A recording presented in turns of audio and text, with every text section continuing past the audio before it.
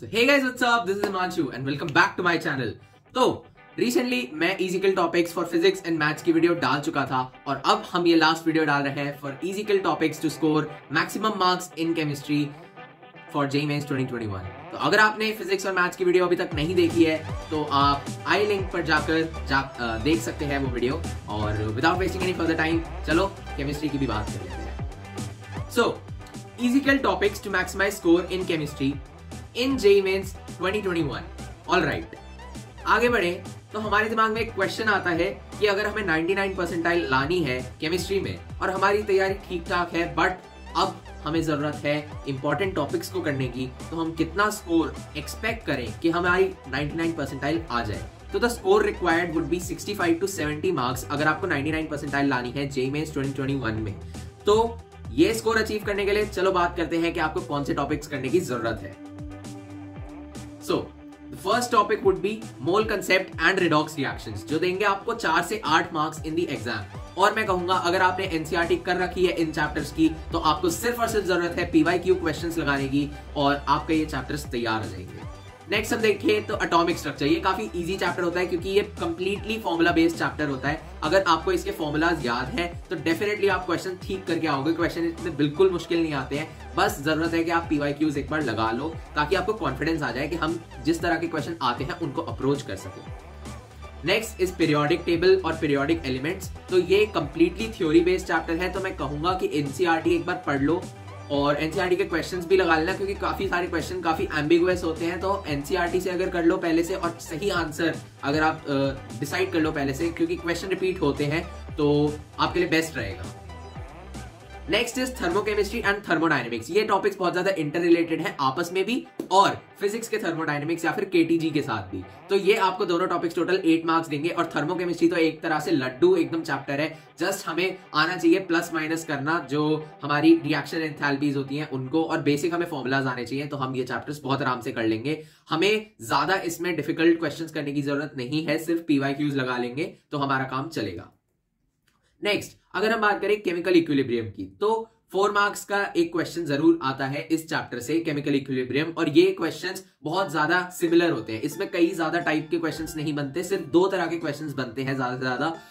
एक तो होते हैं हमारे जो रिएक्शन के बेस पर हमें अलग अलग चीजें केसी या फिर केपी निकालने के क्वेश्चंस होते हैं, या फिर दूसरा एक और हमारा रिएक्शन होता है एनर्जी ऑफ एक्टिवेशन का जो पार्ट इंक्लूड हो जाता है काइनेटिक मतलब केमिकल काइनेटिक से, तो उसके तरह के क्वेश्चन आते हैं और एंथैल्पी के क्वेश्चन आ सकते हैं। तो बस 3 फॉर्मूलाज बेसिक अगर हमें आते हैं इस चैप्टर से तो हम इस चैप्टर का क्वेश्चन ठीक कर सकते हैं। तो ज्यादा टेंशन लेने की बात नहीं है, इस चैप्टर से क्वेश्चन बहुत इजी आता है। पर आयनिक इक्विलिब्रियम से इसको कंफ्यूज मत करना, आयनिक इक्विलिब्रियम एक डिफिकल्ट चैप्टर है और मैं सजेस्ट करूंगा अगर आपने अभी तक वो नहीं पढ़ा है तो प्लीज उसमें मत पढ़ना उसके चक्कर में, वरना आप बहुत टाइम वेस्ट कर दोगे।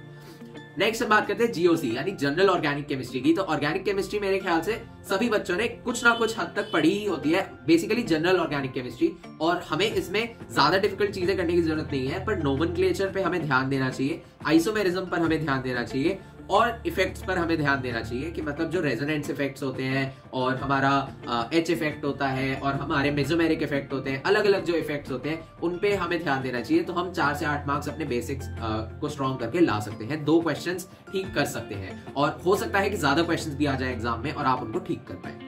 नेक्स्ट बात करते हैं पूरी हमारी ऑर्गेनिक केमिस्ट्री की जो इंक्लूड करती है हाइड्रोकार्बन से लेके अमाइंस तक। ठीक है, तो इसमें ना ऑर्गेनिक के काफी सारे क्वेश्चंस आते हैं पेपर में, अराउंड 10 क्वेश्चंस तक आ सकते हैं, 7 to 8 क्वेश्चंस तो डेफिनेटली आते हैं। बट हमें कोशिश करनी है कि हम एटलीस्ट 4 क्वेश्चन तो उनमें से ठीक कर दे, और ये करना काफी ज्यादा इजी है अगर आप एनसीईआरटी अच्छे से पढ़ लेते हो और सिर्फ एनसीईआरटी के भी क्वेश्चन सॉल्व कर लेते हो तो भी आपकी बहुत ज्यादा अंडरस्टैंडिंग बन जाएगी ऑर्गेनिक की। ऑर्गेनिक में सबसे ज्यादा जरूरी है कि हमारे बेसिक्स स्ट्रॉन्ग हो, बेसिक्स हमारे ऐसे स्ट्रॉन्ग होंगे कि हम बार बार अगर ऑर्गेनिक की एनसीईआरटी को रिवाइज करेंगे और उसको लाइन टू लाइन ढंग से समझ के पढ़ेंगे।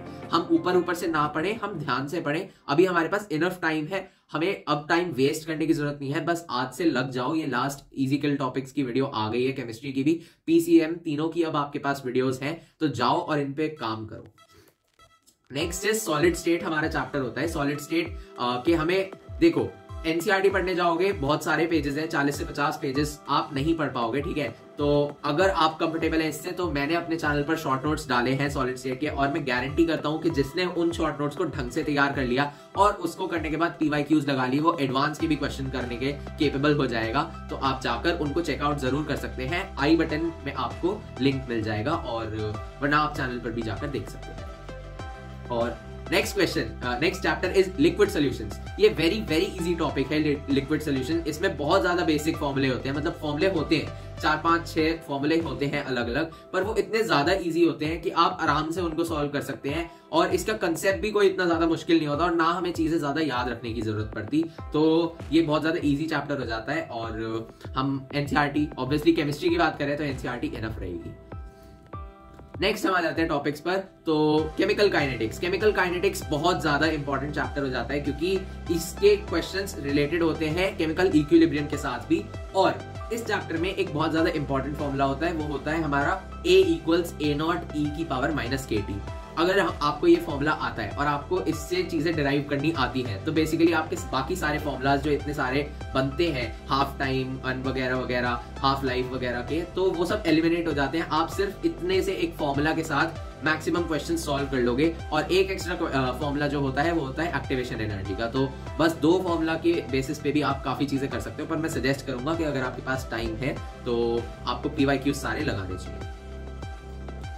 Next is surface chemistry. तो सरफेस केमिस्ट्री का ऐसा चैप्टर है जो आप काफी सारे ऑनलाइन रिसोर्सेज से भी पढ़ सकते हो। तो ऑनलाइन रिसोर्सेज की बात आई है, तो चलो बात करते हैं अनअकैडमी के जेईई मेंस के रिवीजन कोर्स के बारे में। तो अनअकैडमी पर इस वक्त जेईई मेंस का रिवीजन सीरीज चल रही है 2021 जेईई मेंस के लिए, और यहाँ से आप बेस्ट टीचर्स से पढ़ सकते हो PCM all the 3 subjects, physics, chemistry, maths, और आपको काफी ज्यादा फायदा होने वाला है। और मैं एक चीज बता दूं, ये सीरीज बिल्कुल फ्री है आप सभी के लिए अटेंड करने के लिए। और अगर आप चाहते हैं कि आपके इस सीरीज के सारे हिडन फीचर्स अनलॉक हो जाए, तो अनअकैडमी के ऐप पर जाइए, डिस्क्रिप्शन में आपको लिंक मिल जाएगा, और यूज करें रेफरल कोड HSYT10। आपकी स्क्रीन पर अभी दिख रहा होगा। इस कोड को अगर आप लगाते हैं तो आपके सारे फीचर्स फ्री में अनलॉक हो जाएंगे, आपको कोई सब्सक्रिप्शन लेने की जरूरत नहीं है। तो दैट वाज इट। तो आप ये कोर्स जरूर अटेंड करें। Next is polymers. पॉलीमर्स हमारा ऐसा चैप्टर है कि जो कंप्लीटली थ्योरी बेस्ड होता है। अगर आप इसको एक बार ढंग से पढ़ लेते हैं और जो कुछ बेसिक पॉलीमर्स के टाइप्स होते हैं उनको याद कर लेते हैं, तो आपके 4 मार्क्स पेपर में कहीं नहीं जा रहे। फिर आता है chemistry in everyday life. Chemistry in everyday life एक ऐसा चैप्टर है जो बहुत डिटेल्ड है, ठीक है। आप समझ रहे हो कि वो उसमें काफी सारी डिटेल चीजें होती हैं, काफी सारे फैक्ट्स होते हैं जो हमें याद रखने पड़ते हैं, पर वो ज्यादा मुश्किल नहीं होता। अगर आप 3-4 बार उसको जाके रिविजिट करोगे तो आपको सारी चीजें याद हो जाएंगी। और एक्चुअली जब पेपर में ऑप्शंस मिलते हैं ना हमें उनको मतलब अटेम्प्ट करने के, तो वो काफी इजी हो जाता है एक तरीके से उनको आंसर करना क्वेश्चंस को, कि कौन सा ड्रग कहां पर किस चीज के लिए काम आता है। तो इस तरह के क्वेश्चंस जो आते हैं वो बेसिकली बहुत आराम से हो जाते हैं। नेक्स्ट हम देखते हैं मेटलर्जी। मेटलर्जी एक ऐसा चैप्टर है जो मैं कहूंगा कि इस समय पे आपको डिफिकल्ट लगेगा अगर आपने नहीं पढ़ा है तो, पर इसको छोड़ने की जरूरत नहीं है। आप रिएक्शंस को जो दी होती हैं, मतलब अलग अलग इनके मेटल एक्सट्रैक्शन की रिएक्शंस होती हैं, उनको 5-6 बार लिख कर देखो हैंड से, मतलब एक शीट पे, A4 साइज शीट पर आप 5 बार लिख कर देखो उन रिएक्शंस को, आपको वो रिएक्शंस याद हो जाएंगी और जो क्वेश्चंस आएंगे वो आप कर पाओगे। Next is environmental chemistry. तो environmental chemistry is super easy chapter. इसमें बहुत ज्यादा बेसिक क्वेश्चंस भी आते हैं कि जैसे ग्रीन हाउस गैसेस कौन सी होती हैं और कौन से केमिकल्स हमारे लिए हार्मफुल होते हैं वगैरह वगैरह, वाटर के अंदर या फिर एयर के अंदर स्मोक के पार्टिकल्स कौन से होते हैं। तो आप बस एक रीडिंग लगा लो एनसीईआरटी की तो इनफ रहेगा आपके लिए जेईई मेंस में 4 मार्क्स लाने के लिए। तो नेक्स्ट है हाइड्रोजन। ये हमारा लास्ट टॉपिक है। हाइड्रोजन जो क्लास 11th में चैप्टर होता है, बहुत सारे बच्चे इसे निगलेक्ट कर देते हैं, पर ये बहुत ज्यादा इजी चैप्टर है और इसके न्यूमेरिकल्स जो आते हैं वो हद से ज्यादा इजी होते हैं। तो एक बार पीवाईक्यूज अटेम्प्ट कर लेना और एनसीईआरटी से थ्योरी पढ़ लेना, या फिर किसी ऑनलाइन कोर्स से जैसे अनअकैडमी के रिविजन कोर्स से या फिर किसी यूट्यूब चैनल से आप पढ़ लेना इस चैप्टर को, तो आपकी तैयारी बिल्कुल बढ़िया हो जाएगी। तो चलो लास्ट चीज के बारे में बात करते हैं, that is what would be the best resources to study chemistry for in these last 30 days. मतलब ये हम जो इजिकल टॉपिक्स पढ़ेंगे वो हम कहां से पढ़ सकते हैं। तो पहली चीज NCERT. NCERT is the God of all these books right now. कोई भी बड़ी बड़ी बुक्स पे आपको जाने की जरूरत नहीं है। It is the super resource और आपकी तैयारी एकदम 100% अच्छी हो सकती है अगर आप एनसीईआरटी को लास्ट 30 डेज में अच्छे से उसको टाइम देते हैं अपनी एनसीईआरटी को पढ़ने में। Next is previous year questions. तो प्रीवियस ईयर क्वेश्चंस करना बहुत ज्यादा इंपॉर्टेंट है, पर हमें कितने प्रीवियस ईयर क्वेश्चंस करने हैं? हमें सिर्फ 2018, 2019 और 2020 के जेईई मेंस के प्रीवियस ईयर क्वेश्चंस करने की जरूरत है। Next is your notes. अगर आपके पास नोट्स हैं देन वेल एंड गुड, और अगर नहीं है तो शॉर्ट नोट्स मैं काफी सारे चैप्टर्स के डालता ही रहता हूं अपने चैनल पर। अगर आपको नहीं पता इस बारे में तो प्लेलिस्ट का लिंक आपको इधर मिल जाएगा, वरना आप चैनल पर जाकर भी चेकआउट कर सकते हैं। नेक्स्ट लास्ट चीज मैं बताना चाहूंगा, Unacademy's free revision series for JEE mains 2021। आप में से जो भी लोग इंटरेस्टेड है अनअकैडमी के प्लेटफॉर्म से बेस्ट टीचर्स से पढ़ने के लिए, तो आप जाओ और उधर अनअकैडमी पर पढ़ सकते हो ये सभी टॉपिक्स उनके जेईई मेंस के फ्री रिवीजन सीरीज में। तो एक चीज बस याद रखना, use the referral code HSYT10 to unlock all features of the course for free.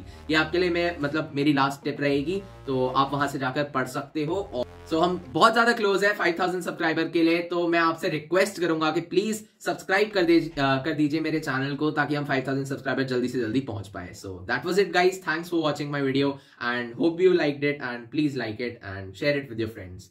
सो फिलहाल के लिए बस इतना ही, मिलते हैं आपसे अगली वीडियो में। Peace out. Leave me here, you were never good enough. Won't change a thing now, there was never trust. Don't you say a word, 'cause I've heard it all. You were just pain when you felt it all.